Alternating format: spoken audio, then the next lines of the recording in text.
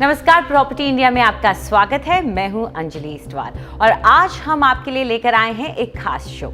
आज के शो में हम आपको दिखाएंगे कि कैसे आप अपने घर को इस दिवाली के लिए तैयार कर सकते हैं और कैसे अपने घर को धन धान्य से भरपूर कर सकते हैं। अगर आप प्रॉपर्टी पर और ज्यादा जानकारी चाहते हैं तो आप हमारी वेबसाइट ndtv.com/property पर जाना न भूलें। तो चलिए सबसे पहले एक नजर डाल लेते हैं कि आज क्या क्या है खास। देश भर में निवेश के लिए कौन से इलाके हैं सबसे बेहतर, दिवाली के मौके पर हमारा जायजा। क्या मंदी से उभर रहा है प्रॉपर्टी बाजार या अब भी छाई हुई है मायूसी। रंगोली के अलावा घर की दीवारों को रंगे कौन से रंगों से, जानेंगे इस प्रोग्राम में। और दीपावली में और उसके बाद भी अपने घरों से अंधेरे को भगाने के लिए लगाएं कौन सी लाइट्स। घर में खुशहाली होगी, लक्ष्मी आएगी अगर घर में सही एनर्जी या ऊर्जा होगी। कैसे आप अपने घर में सही माहौल तैयार कर सकते हैं, ये बताने के लिए हमारे साथ है मधु कोटिया, जो एक न्यूमरोलॉजिस्ट हैं और होलिस्टिक हीलर भी हैं। मधु, आपका स्वागत है। तो सबसे पहले तो हम मधु से यही जानना चाहेंगे कि मधु, अगर हम बात करते हैं घर के माहौल की या एनर्जी की, तो हम किस तरह से उसको अपने ज़िंदगी पर, अपनी सेहत पर इन्फ्लुएंस करने से रोक सकते हैं, या किस तरह का माहौल इन्फ्लुएंस करता है हमारी ज़िंदगी को। नमस्कार। बेसिकली एनर्जी हर तरफ होती है। एनर्जी की मूवमेंट से ही सब कुछ होता है हमारे घर में। तो जहाँ पर क्लटर्स हो जाते हैं, जहाँ पर क्लींजिंग नहीं होती है या जहाँ पर ज़्यादा हवा नहीं आती है, वेंटिलेशन नहीं होती है, तो वहाँ पर क्लॉग्ड एनर्जीज़ हो जाती हैं और उसकी वजह से प्रॉब्लम्स आने शुरू हो जाती हैं। तो अगर हम ये ध्यान रखें कि एक प्रॉपर वेंटिलेशन है घर में और सारे कॉर्नर्स को हम क्लीन करते हैं, तो वहाँ पर प्रॉब्लम्स नहीं आएंगी। जी, तो आप किस चीज़ों का इस्तेमाल कर सकते हैं इस क्लेंजिंग को करने के लिए? क्लींजिंग को करने के लिए एक तो हमारे यहाँ पर जैसे हिंदुओं में बहुत ज़्यादा रिवाज भी है, हम लोग कपूर जलाते हैं। कपूर जला के उसका धुआं अगर हम पूरे घर में करते हैं, उससे क्लींस हो जाता है। उसके अलावा ये ब्लैक कैंडल्स होती हैं, इस तरह की कैंडल अगर आप सेंटर ऑफ द हाउस में जलाते हैं तो उससे नेगेटिव एनर्जी क्लींस होती है। आप आजकल जिस तरह से एसीज लगे हुए हैं, तो आप ये देखिए कि हफ्ते में कम से कम एक बार आप सारे दरवाजे खिड़कियां खोल दीजिए ताकि पूरे घर में हवा आ जाए, उससे भी क्लींजिंग होती है। उसके अलावा ये वाइट सेज है, इससे भी आप क्लींजिंग कर सकते हैं। जो लोग जिनके घर क्रैम्प्ड इलाकों में होते हैं, उनके घर में ज़्यादा वेंटिलेशन नहीं होता है, ख़ास तौर पे अगर मुंबई जैसे इलाके हैं जहाँ पर आप कुछ ज़्यादा चुन नहीं सकते हैं कि मेरा घर इस तरफ हो, मेरा घर उस तरफ हो, उसमें इतनी खिड़कियाँ हों, तो क्या ऐसे लोग भी अपने घर में पॉजिटिव एनर्जी ला सकते हैं? बिल्कुल, लेकिन उन्हें थोड़ी कोशिश ज़्यादा करनी पड़ेगी। सबसे पहले उन्हें क्या करना होगा कि अपने घर की क्लींजिंग यानी कि सफाई, नॉर्मल सफाई बहुत ज़रूरी है। कोई भी कॉर्नर ना छोड़ें जिस समय वो सफाई करें, सारे कॉर्नर्स को क्लीन करें। उसके अलावा घर में एक प्रॉपर फ्रेगरेंस को लगा के रखें, जिस तरह से ये एसेंशियल ऑयल्स होते हैं। लवेंडर ऑयल को अगर आप जला के रखते हैं अपने घर में, तो वहाँ पे पॉजिटिव एनर्जी का फ्लो होता है। और नेगेटिविटी को हटाने के लिए आप सैंडलवुड ऑयल भी जला सकते हैं, या अगर आपको लग रहा है कि आपके घर में प्रॉस्पेरिटी कम है तो उसमें आप पचोली ऑयल ऐड कर दीजिए और उससे आपका घर क्लीन्स रहेगा, वहाँ का माहौल अच्छा रहेगा और पॉजिटिविटी रहेगी। और ये सारे जो ऑयल्स हैं, इन्हें जलाना कैसे है? इनके लिए बर्नर्स आते हैं, उसमें आप नीचे टी लाइट कैंडल जलाएंगे और ऊपर पानी डाल के ऑयल्स को 2 बूंद डालते हैं और आप मिक्स कर सकते हैं 3-4 ऑयल्स को टुगेदर। जी, चलिए, तो आशा करते हैं ये जो सारे तरीके बताए गए हैं, छोटी छोटी बातें हैं, इनका ख्याल रखें तो जो ऊर्जा है घर की, उस पर थोड़ा असर डाला जा सकता है। ख़ास तौर पर उन लोगों के लिए जो ऐसे मकानों में रहते हैं जहाँ तो धूप आती है, ना अच्छी तरह से हवा आती है, और वो हमेशा बंद कमरों में रहते हैं, जो कि ठीक नहीं है। खैर, हम बात कर रहे हैं आज प्रॉपर्टी की, घरों की, तो रियल एस्टेट को आगे ले जाते हैं, इस बात को आगे ले जाते हैं। रियल एस्टेट में निवेश हमेशा से ही लोगों को लुभाता रहा है, फिर चाहे प्रॉपर्टी बाजार ऊंचाइयां छू रहा हो या फिर लड़खड़ा रहा हो। सोना या इक्विटी के मुकाबले प्रॉपर्टी लोगों को अपनी तरफ इसलिए भी खींचती है क्योंकि प्रॉपर्टी की कीमतें अक्सर ऊपर ही चढ़ती हैं और गिरती कम ही हैं। तो चलिए इस त्योहार के सीजन में हम आपके लिए लेकर आए हैं देश के उन शहरों की खबर जहां पर प्रॉपर्टी में निवेश रहा है सबसे फायदेमंद।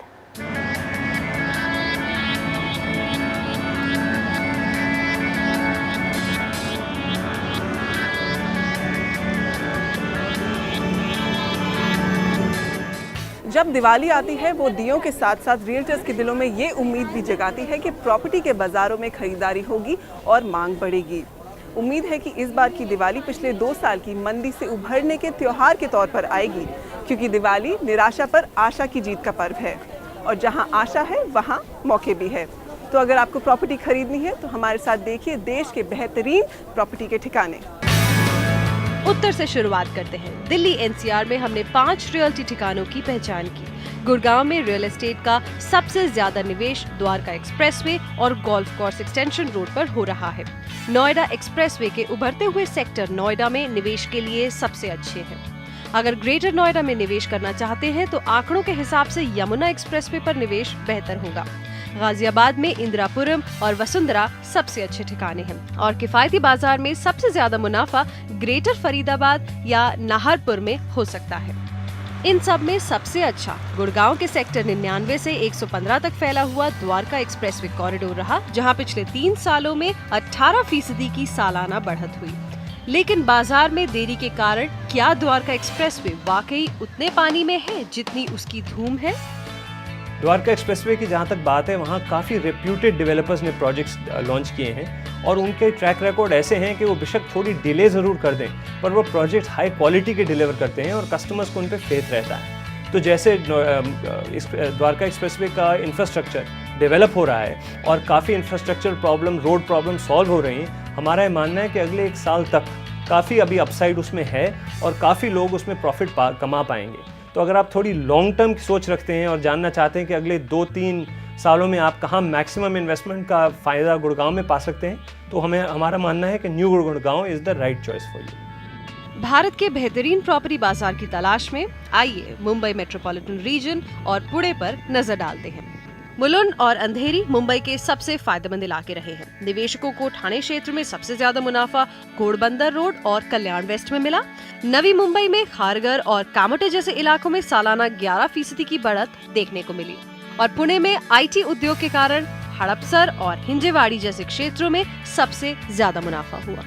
क्या निवेशकों के लिए अभी एमएमआर के बाजार में कुछ गुंजाइश है? विशेषज्ञों ने इस बारे में अपनी राय दी। For the last 3 years, if it has been about 10 to 12% returns, it definitely has been. पिछले 3 सालों में सिर्फ 10 से 12% का रिटर्न रहा है, जो काफ़ी कम है। अगर इन्फ्लेशन की बात करें तो वो भी 7 से 8% है, जिसका मतलब रियल एस्टेट रिटर्न सिर्फ थोड़ा ही ज़्यादा है। जाहिर तौर पर मंदी है। And therefore, these returns just above inflation rates are, which signify a slowdown. तो मेरे हिसाब से स्टेट गवर्नमेंट लेवल पर भी अगर स्टेबिलिटी आती है इलेक्शंस के बाद, डेफिनेटली काफ़ी इंटरेस्ट बढ़ेगा एमएमआर रीजन में। एनसीआर और पश्चिम भारत के उतार चढ़ाव वाले बाजारों से अलग दक्षिण में स्थिर बाजार है। बेंगलुरु में केआरपुरम और मरथहल्ली के निवेशक फायदे में रहे। हैदराबाद में सबसे ज्यादा मुनाफा माधापुर और कुकुटपल्ली में हुआ, लेकिन चेन्नई में पोरूर और पेरम्बक्कम को लगभग एक जैसा ही लाभ मिला। Marathahalli is a better location to stay और जो अब्जॉर्प्शन आप रेंट देखेंगे, Marathahalli has got hardly any vacancy, मतलब जो भी बन रहा है वहाँ पे is getting absorb very quickly. Perambakkam जो है वो है आईटी कॉरिडोर ओएमआर के शोलिंगनल्लूर एरिया के बाजू में है। वहाँ पे जो इंफ्रास्ट्रक्चर है काफ़ी अच्छा है। You have hospital, you have IT parks, SIPCOT का जो एसीज है वहाँ पे। सो जो लोग वहाँ पे काम करते हैं, they find very convenient live in Perambakkam. Property price wise comparative lesser than OMR, closer to Velachery. Gurgaon हो, बेंगलुरु हो या फिर हो पुणे, निवेश करने से पहले जरूरी है कि इस बारे में पूरी जांच पड़ताल कर लें कि कहां पैसा लगाकर आप सबसे अधिक फायदा पा सकते हैं। बिल्डर का पिछला रिकॉर्ड देखें और तभी पैसा लगाएं जब भरोसा हो जाए कि सभी मंजूरियां ली हुई हैं। अपना करार भी किसी वकील को दिखाकर ही ये कदम उठाएं। वसुधा शर्मा की रिपोर्ट, एनडीटीवी। तो आशा करते हैं इससे आपको प्रॉपर्टी में इन्वेस्ट करने की अच्छी टिप्स मिल गई होंगी। लेकिन हम बात कर रहे हैं कि किस तरह से आप अपना निवेश बढ़ाएं, पैसा बढ़ाएं, बल्कि किस तरह से अपने घर में एनर्जी या ऊर्जा को भी बढ़ाएं। तो सबसे पहले बात इसी पर करते हैं। आप मुझे ये बताइए मधु जी कि कैसे इस बात का ख्याल रखा जा सकता है कि ऊर्जा का जो प्रवाह है उसमें कोई रुकावट ना हो, क्योंकि हमें पता नहीं है कि कहाँ पे रुकावटें हैं, कहाँ पे नहीं हैं। तो हम किस तरह से इंश्योर करें कि हमारे घर के अंदर ये जो ऊर्जा का प्रवाह आप कह रही हैं, एनर्जी का जो फ्लो है, उसमें कोई रुकावट ना हो? सबसे पहले हमें नॉर्थ ईस्ट डायरेक्शन का ख्याल रखना चाहिए घर में। नॉर्थ ईस्ट में कोई भारी चीज़ नहीं रखनी चाहिए, कोई अलमारी वहाँ पे भारी ना रखिए, कोई पेटी या इस तरह की चीज़ जिसमें बहुत वेट है, ये आप नॉर्थ ईस्ट में बिल्कुल मत रखिए। हो सके तो नॉर्थ ईस्ट को ओपन रखिए या वहाँ पर पूजा घर बना लीजिए। उसके अलावा centre of the house, normally क्या होता है हम लोग बहुत भारी भारी टेबल खरीद लेते हैं और सेंटर ऑफ द हाउस एक टेबल रख देते हैं। आप लाइट वेट का टेबल रखिए वहाँ पर। सेंटर ऑफ द हाउस जो होता है वहाँ पर हमारे सारे पॉजिटिव गॉड्स आते हैं, तो वहाँ पर आपको लाइट चीज़ रखनी होती है। तो ये जो लाइट चीज़ है वो किस तरह की होनी चाहिए? क्या कोई स्टैचू रखें या अवॉइड ही करें वहाँ पे कुछ भी रखना? देखिए, ये तो बहुत ही अच्छा होगा कि आप अगर अवॉइड कर देते हैं, वहाँ कुछ नहीं रखते, वरना अगर आपको वहाँ टेबल ही रखनी है तो आप हल्की टेबल रखिए वहाँ पर। ये स्टोन वाली टेबल्स वहाँ पर आप मत रखिए, और जितना हो सके वहाँ पर वेट कम करिए। एक लाफिंग बुद्धा एक ऐसी चीज़ है जो हर कोई अपने घर पे रखता है, बहुत लोग रखते हैं। क्योंकि हम स्टैचूज़ की बात मैंने उठाई तो मैं ये जानना चाहती हूँ कि लाफिंग बुद्धा को लेकर कई लोग कहते हैं कि इसकी कई मान्यताएं भी है। तो आपसे ये मैं ज़रूर जानना चाहूँगी कि इसको लेकर के डूज एंड डोंट्स क्या हैं? लाफिंग बुद्धा जो हैं वो बहुत ज़्यादा पॉजिटिव एनर्जी लेकर आते हैं, उनकी बहुत पॉजिटिव एनर्जी होती है। तो सबसे पहले तो एक बहुत बड़ा लाफिंग बुद्धा घर में नहीं होना चाहिए, क्योंकि एनर्जी बढ़ जाएगी तो लोग आराम से सो नहीं पाएंगे, रेस्टलेसनेस भी हो सकती है। तो आपको छोटी उनकी पिक्चर रखनी चाहिए। उसके अलावा जो आपकी एंट्री है उसके बिल्कुल सामने आप लाफिंग बुद्धा रखिए, ताकि जब भी कोई आपके घर में आए तो उन्हें सामने लाफिंग बुद्धा नज़र आए। उससे आपके घर में प्रॉस्पेरिटी बढ़ती है। बेडरूम्स में लाफिंग बुद्धा आप अवॉइड कीजिए। जी, इसके अलावा सफाई की जब आप बात कर रही हैं तो सफाई करते वक्त कोई ख़ास चीज़ का इस्तेमाल करें हैं? आप सी सॉल्ट यूज़ कर सकते हैं, या फिर आप नॉर्मल जो सॉल्ट होता है जिसमें कोई केमिकल ना हो उसे आप यूज़ कर सकते हैं। उसे पोछे में डाल के यूज़ कीजिए, उसे नहाने में आप यूज़ कर सकते हैं। या अगर आपको लग रहा है कोई कॉर्नर में आपको बहुत ही अनकंफर्टेबल फील होता है तो आप उस कॉर्नर में एक ग्लास की कटोरी में आप उस सॉल्ट को रख दीजिए, और जब वो सॉगी हो जाए तो उसे चेंज कर दीजिए। ये सॉल्ट आपकी सारी नेगेटिविटी वहाँ से एब्जॉर्ब कर लेगा और उस एरिया को क्लींस रखेगा। तो चलिए, इससे आपको ये तो कम से कम पता चल गया कि किस तरह से आप अपने घर में जो ऊर्जा है उसे सही तरीके से कंट्रोल कर सकते हैं। जैसा कि मधु कह रही हैं, बहुत ज़्यादा भी नहीं होनी चाहिए और बहुत कम भी नहीं होनी चाहिए, एकदम सही बैलेंस लाना ज़रूरी है। और जो चीज़ अपने अंदर बैलेंस ले आती है वो हो जाती है टॉप की। आज हम अपनी नई सीरीज़ में आपको कुछ ऐसी ही टॉप की प्रॉपर्टीज़ दिखाएंगे। टॉप रेटेड प्रॉपर्टीज़ हैं जिन्हें NDTV प्रॉपर्टी अवार्ड मिला। आज हम आपको दिखाएंगे बेंगलुरु की एक खास प्रॉपर्टी चैतन्य स्मरण। इसको बेस्ट रेजिडेंशियल विला अवार्ड मिला था। आइए डालते हैं इस पर एक नज़र। शांति 2 बच्चों की मां है और जब उनका परिवार घर खरीदने निकला तो उन्हें ऐसी जगह चाहिए थी जहां 2 अहम चीजें जरूर हों। पहली ये कि बच्चों के लिए विला में बेहतरीन सहूलतें हों, और दूसरी शर्त ये थी कि खूब खुली जगह हो, धूप हो और प्रोजेक्ट शहर से दूर हो। सभी शर्तें बेंगलुरु में पूरी करना आसान नहीं था, इसीलिए उन्होंने एक ऐसे बिल्डर को चुना जिससे वो पहले भी खरीद चुकी थीं, जो भरोसेमंद था, और शांति ने चैतन्य स्मरण को चुना। We decided to buy a villa in this community initially as an investment. Chaitanya group ने पहले भी हमें प्रभावित किया था। वो पर्यावरण के लिए मुफीद बारिश का पानी बचाने जैसे काम करते हैं। यहाँ पर बड़ी बड़ी खुली जगहों पर एक बिरादरी में रहने का एहसास होता है। And we loved it that the kids could just walk to their classes, extracurricular, tennis, badminton and all that. It's safe and secure, so and we already had some more friends living here, so we thought it's a much better place to live. चैतन्य स्मरण का बेंगलुरु के posh रिहायशी इलाके white field में एक gated villa project है। इसे premium villa developer चैतन्य group ने बनाया है और इसके अलावा 3 और प्रोजेक्ट्स भी इसी इलाके में बना रहा है।